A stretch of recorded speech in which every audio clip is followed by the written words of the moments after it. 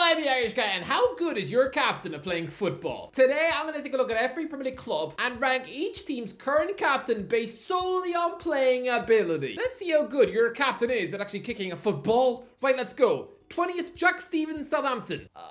I don't feel good about this one because, lads, I had randomly met Jack Stevens' dad, and he was a lovely, lovely man. But yeah, me saying that out of every current Premier League captain, Stevens has the worst playing ability. I do feel mean. But look on the bright side, Jack. You are a Premier League captain. When I randomly met Jack's dad, this guy was a Bournemouth loanee struggling to get into the Cherries team, seeking and failing to win approval from a managerial onion like Gary O'Neill. The fact that he's now 30 years old and has actually become the captain of the club he joined when he was 17. This is an amazing fairy tale story. This guy gets to bark team talks at big names like Adam Lallana and Aaron Ramsdale. I don't want to be mean because his dad was about as lovely as a lollipop lady. Honestly, he was out in the pub after the Newcastle-Bournemouth match 2 years ago. I asked him why he was in the city, and his friends piped up and said, "Oh, his son was playing in the match." I had to ask him who his son was, and then when he told me, he was surprised that I knew who Jack Stevens was. You don't get more unassuming than that. Christ above, if I had a millionaire son, I would have a photo of the guy stapled to my forehead. Surely that would guarantee me a free seat on the bus. So honestly, the Stevens family, amazing. But I'm sorry, Jack. You are a championship player. 19th, Adam Smith, Bournemouth. Yeah, whilst I feel guilty about sticking Jack Stevens on the list, I ain't guilty about plopping Bournemouth's veteran captain Adam Smith into this relegation zone. Because I remember when poor old Theo Baker was filming with a group of Bournemouth's players at their training ground 8 years ago. It was Jack Wilshere, Steve Cook, and Adam Smith. And they sneered at this spotty-faced Milky Bar kid, looking down their nose at him as if they were the cool kids at school. Lads, Smith has been at Bournemouth since 2014. And not only is he closed over 300 appearances for the Cherries, but he is still getting picked as their first choice right back under Andoni Iraola. But come on, technically he is an average milk muffin who has not scored a goal in over 5 years. Honestly, Bournemouth have had an amazing last 10 years, right? The greatest in the club's history, but it says it all. How forgettable and unmemorable their right back has been, that his Bournemouth section of Wikipedia is literally just relegated to 2 sentences. Lads, his Tottenham career was given 9 paragraphs, but the 10 years on the South Coast, oh no. Lads, Wikipedia can literally be edited by anyone, and yet nobody has bothered to update his page since 2015. Someone go in there now and say that I sent you. Because lads, whilst Bournemouth have been amazing, he has just been this boring as custard, extremely forgettable defender at the back. Honestly, he's a bit like that guy who's been tuning Ed Sheeran's guitar since 2010. Yeah, ain't nobody begging that guy for selfies outside Wembley. The fact that Smith has not scored in so long, it's because he can't. Anybody who saw his awful technique to miss an open goal against Man City 2 weeks ago will see that he's got the goal threat of a depressed caterpillar. Honestly, I don't even think he's the most technically gifted Adam Smith in England. I mean, Smithy literally won Chris MD's challenge with a stonking Drogba-esque volley. And he's a nearly 50-year-old man who sits at his bum all day. And yet even he is more techers than the Bournemouth right back. Did I really say techers? Off with my head! 18th, Seamus Coleman, Everton. I feel really horrible sticking Seamus Coleman in the relegation zone because on his day, this bloke was an incredible athlete. I mean, come on, this guy was just a £60,000 punt from Sligo Rovers in 15 years ago. Did anyone used to think he'd get nearly 500 games under his belt for Everton? Coleman is a phenomenal athlete and one of the greatest Irish defenders of all time, but let's be real, he's 36 and he has had horror injuries, like breaking his leg 7 years ago. Even last year, he looked like his top of his career was over after snapping his knee like a gingerbread man. His body has been through absolute horror. So right now, as a right back whose next birthday is 37, yeah, sorry, but I don't think there's much left in him anymore. After absolutely exhausting his body for 15 years, I reckon within 2 years, he's going to be getting skinned by Michael Bublé at Soccer Raid. 17th, Sam Morsy, Ipswich Town. It seems kind of crazy to think that Sam Morsy, this Egyptian international defensive midfielder, is having his debut Premier League season, having first joined Wolves in 1999. But lads, he might be 33, but Kieran McKenna absolutely depends on his captain, more so than he does Calvin Phillips, you know, a former £50 million England international. He's not a very interesting DM. For that, you'd have to look through Jermaine Genius's phone, but he's industrial. He's got good technique as well, like when he belted in that last-minute equalizer at Southampton.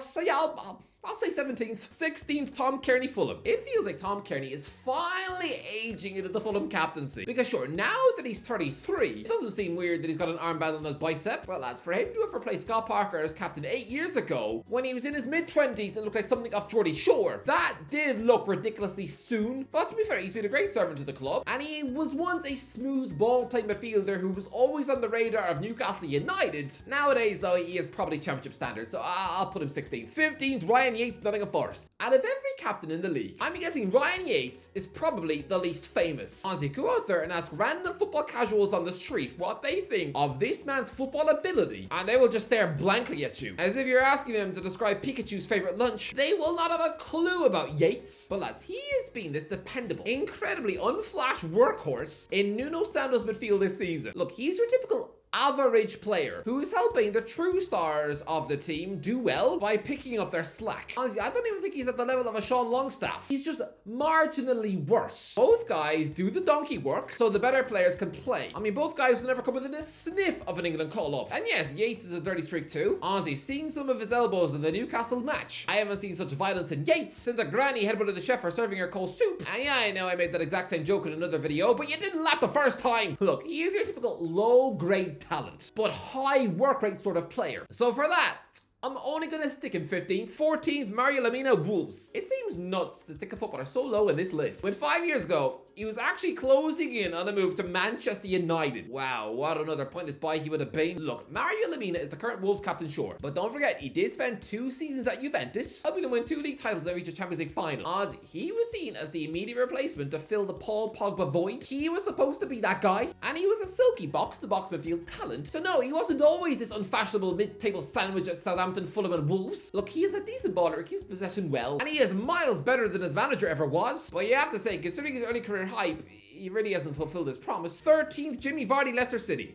Okay, look, if we are talking about someone's prime, then I will say take it back because it tastes like snail vomit. But okay, if we're talking about prime Jamie Vardy, then obviously he would be in the top 3 in this list. But that lightning quick, pressing monster Premier League champion from 8 years ago, who was pure Champions League quality, who nearly joined Arsenal, that version of Vardy is as dead as his wife's reputation. Well lads, I was fully expecting Leicester City's captain to be bottom 3 in this list this season. I mean, come on, he scored just 3 goals in 37 matches last time out in the Prem. I thought he was going to be a burnt out crisp at 37. I didn't think he would score a single goal. I thought it'd be embarrassing, like Mike Tyson getting outclassed by Jake Paul on Netflix. But now he's got 4 goals in 10 matches. And I still stink of vanilla ice cream. 12th, Lewis Dunk, Brighton. Lewis Dunk looks like an ungainly lump, right? Today's 32-year-old Brighton man mountain just looks like if you stretched Harry Maguire. There is nothing cool or stylish about the guy, but he is a one-club man. And the fact he's been in the Brighton first team for 10 years now, and this is his 8th consecutive Premier League season, and he's finally getting England recognition now. Gareth Southgate used to ignore him more than a takeaway menu through the letter box. Honestly, despite being this huge fridge of a centre-back, Dunk is surprisingly very good with the ball at his feet. I mean, this guy's career is what Maguire would have been if he had stayed at Leicester. I mean, don't get me wrong, if Dunk had joined Manchester United for £80 million, then he would now be a joke meme as well. But yeah, he's what Maguire would have been if he'd stayed mid-table. He just treated with nothing but respect, instead of being some English potato who gets laughed at more than Krusty the Clown. 11th, Christian Norgard, Brentford. Look, Christian Norgard is doing very well to be sitting so high in this list, but lads, he's a reliable, dependable Danish midfielder who controls the ball well. As a number 6, he's quality on the ball as well. A technically superb golden nugget of a Brentford gem. Yeah, I'll put him 11th. 10th, Mark Gahey, Crystal Palace. So, Mark Gahey is apparently worth 80 mil. That's what the Crystal Palace chiefs seem to think after refusing to let him join Newcastle. I mean, the only reason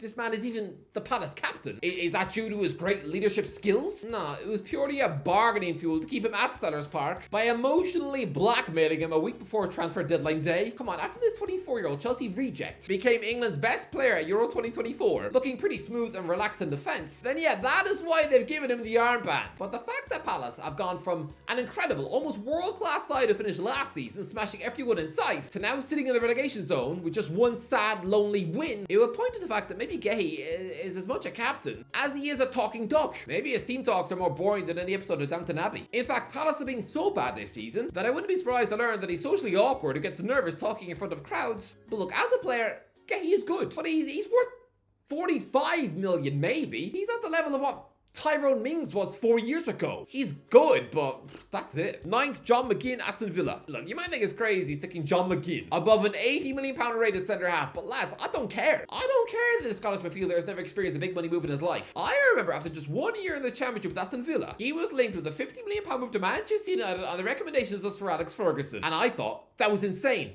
Laughable. Yeah, I'm not laughing now. He'd have been worth every penny at Manchester United. An absolute midfield throwback. A box-to-box workhorse who actually has surprisingly good technique in his locker. I mean, he has scored some wonder goals in the past. So no, he's not just the modern-day Darren Fletcher. And it's no surprise that both Aston Villa and Scotland are enjoying their best eras for decades with this guy in their midfield. I know he's got a goofy celebration, which just makes him look like John Joe Shelby with hair, but make no mistake, he's one of the most underrated midfielders in the league. 8th, Son Heung-min, Tottenham. Look, 8th seems low for Son Heung-min. I know he is the South Korean Brad Pitt with a ridiculous 130 international caps by the age of just 32, but this isn't peak Son anymore. This is no longer that absolutely lethal winger who can challenge for the golden boot. No, now he's lost his pace and he's more of a shoot on sight sort of player. A bit like what Gareth Bale was in his second Spurs spell. He's only got 3 league goals this season and we're a month out from Christmas. He's still very good, but that's it. 7th, Reece James, Chelsea. Is Reece James as good as he once was? I know it sounds crazy to say considering he's only 24, but aren't Chelsea fans going to get a nasty shock when they realise that he's not it anymore? Last 3 years ago, he was a Champions League winning right back, who everyone said should be England's first choice right back, over arguably the greatest right back in Premier League history. I remember a match where he nearly scored a hat-trick at St James's Park. But lads, James has played just 30 league matches in 2.5 years. He's got just 1 England cap since 2022. His body's not reliable anymore, and I wouldn't be shocked to see him retire before he's 30. 6th, Kyle Walker, Man City. Kyle Walker might be a horrible hobby, but he is the best right back in Premier League history, without a shadow of a doubt. And what's most incredible is that he's still top class at 34. A defender who relies on his pace to get him out of trouble should not be this good when he's just 6 years off 40, but he is.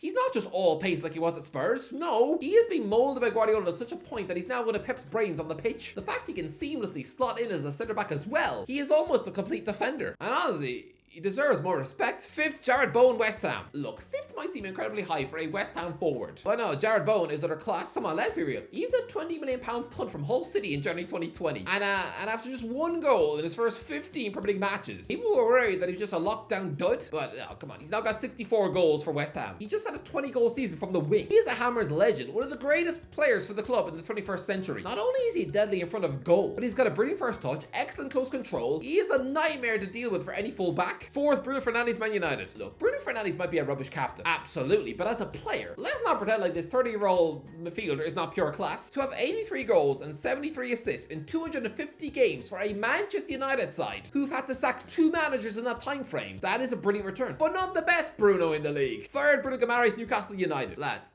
Bruno Guimaraes is on another level to the other Bruno, and he's actually the opposite to what he is as a captain as well. With Bruno F, the armband looks heavy, like Frodo wearing the ring. He looks like a miserable, petulant, sulky soul who's always moaning at the ref. But Bruno G, he's such an upbeat, happy cartoon character. Somebody who actually connects with his fans. I mean, if I was a Man United fan, I'd be too scared to ask Fernandes for a selfie. Lads, Guimaraes is a world-class footballer, an unbelievable midfield tactician with close control and full work that the other Bruno could only dream of having. And he's a far better tackler than Fernandes too, but you know what? He puts it in every match. He's like a cross between Gilberto Silva and Ronaldinho. He is an amazing player who, honestly, he would look simply elite in Man City's midfield. Put him in that team, and he'd be up for a Ballon d'Or. 2nd, Virgil van Dijk, Liverpool. Yeah, how could I not put Virgil van Dijk 2nd in the list? Come on, this is someone who very nearly won the Ballon d'Or. He is probably the best signing in Premier League history because I can't remember any other transfer having such an impact on any other team. Come on, he's a complete rock star, world-class, complete centre-half. An absolute great, but not the best in the league. 1st, Martin Odegaard, Arsenal. Martin Odegaard's career revival.